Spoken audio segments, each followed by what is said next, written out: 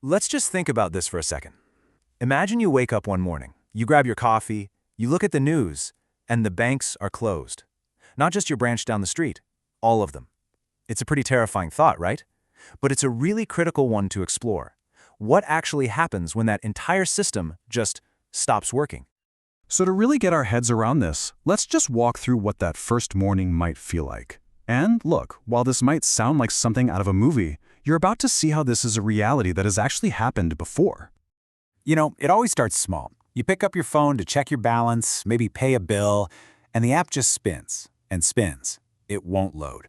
At first, you're just annoyed. You think, ugh, must be a glitch, server's down. But then this tiny little seed of unease starts to creep in. Okay, so you figure, I'll just get some cash, just in case. You walk over to the nearest ATM, but there's this cold, unhelpful sign taped to the screen. Out of service. And that's when you notice you're not the only one. There are other people standing around, looking at their phones, then back at the machine, and you can see that same confused, anxious look on their faces. And then comes the moment of truth. You're at the grocery store, maybe you're trying to get gas, and you go to pay. Card declined. You try it again.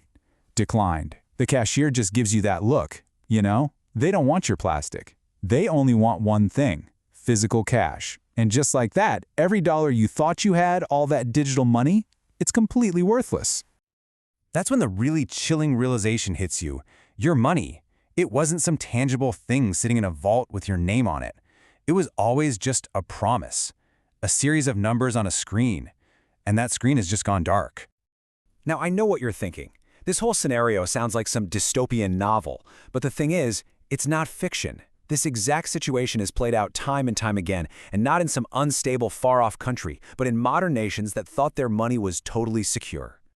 I mean, look at this. From the US during the Great Depression all the way to Argentina, Cyprus, and Lebanon in just the last 20 years. This isn't some freak accident. It's a recurring pattern. It's this hidden weakness baked into the global financial system. Let's take Argentina back in 2001. After years of the economy being totally mismanaged, people did the logical thing. They rushed to get their money out of the banks. So what did the government do? They just shut the doors. They called it the corralito, which means the little cage. And for regular people, that's exactly what it was. Their own money was trapped and they couldn't get to it. The government put a limit on withdrawals, a tiny 250 pesos a week. But here's the real kicker. If you had saved up US dollars, the government forcibly converted them into the local currency, the peso, which was collapsing. I mean, just like that, the life savings of an entire middle class were essentially vaporized overnight. Then you have Cyprus in 2013, where they tried something different, but honestly, just as terrifying. As part of a big bailout deal, the country froze bank accounts. People with over 100,000 euros woke up one morning to find that a chunk of their money was just gone. It was being confiscated. They called it a bail-in, to save the very banks that had failed in the first place. And this didn't just hurt the super rich, it absolutely crushed small businesses and retirees. So the big question is, how is any of this even possible? How can a bank just say, nope, sorry, that's not your money anymore? Well, the answer is in the fundamental design of banking itself. It's kind of like a secret that's been hidden in plain sight this whole time. See, the whole modern banking system is built on this one concept, fractional reserve banking. And what that means is that the bank doesn't just take your money and stick it in a vault, not even close. In fact, they only have to keep a tiny fraction of it on hand. So, where's the rest? Well, it's not there. Let me just break it down. Say you deposit $1,000. The bank is required to keep a small piece of that, maybe $100. They then take the other $900 and loan it out. That $900 then gets deposited in another bank, which keeps a fraction of that and loans out the rest. This cycle just keeps repeating, literally creating new money out of debt. It's what fuels economic growth, but it also makes the whole system incredibly fragile. And that's when you realize the whole thing is basically a house of cards. It's built on one single thing, our confidence.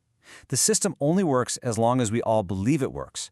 But the second that faith starts to wobble, and a few too many people show up asking for their money back at the same time, well, the bank simply doesn't have it. And that's when the bank run begins. So this brings us to a really critical question. When a crisis does hit and that faith starts to crumble, who does the system actually prioritize protecting? And the answer to that reveals this deep, unspoken alliance between banks and governments. We're always told a certain story, right? That our money is safe, that we're the valued customer, that we have insurance to protect us. But the reality, as history has shown us again and again, is that when the system itself is at risk, its own survival becomes priority number one. Your deposits can suddenly turn into collateral to save the institutions, and governments will absolutely lock you out of your own money to prevent a total meltdown. Now, to keep us all from panicking, they give us a promise. Deposit insurance. In the United States, for example, the FDIC guarantees up to $250,000 per person. It's designed to feel like this rock-solid safety net. But here's the really uncomfortable question. What if there was a real system-wide crisis, and a whole lot of people tried to claim that guarantee at the same time? Is the money actually there? The hard truth is, the insurance fund holds only a tiny, tiny fraction of all the money it supposedly insures. Its real power isn't financial, it's psychological. It's a tool designed to keep you calm. Okay, so look, the goal here isn't to be fearful. It's about being prepared. Understanding these weak spots is really the first step toward building some true financial resilience for yourself. The way forward really rests on a few key ideas. First, diversification is survival. That means not having all of your wealth in one type of asset or with one single bank. Second, it's about understanding the huge difference between having access to your money and actually owning it. Is your wealth something you can hold in your hand, or is it just a digital entry that somebody else ultimately controls? And finally, we have to demand more transparency from the financial system itself. At the end of the day, real financial freedom isn't built by just blindly trusting institutions. It's built by understanding the risks, by seeing past this illusion of total safety, and by planning for those moments when the system itself starts to shake. And that really leaves us with this one last thought. History shows us that the question we should be asking ourselves isn't, what if the banks close tomorrow?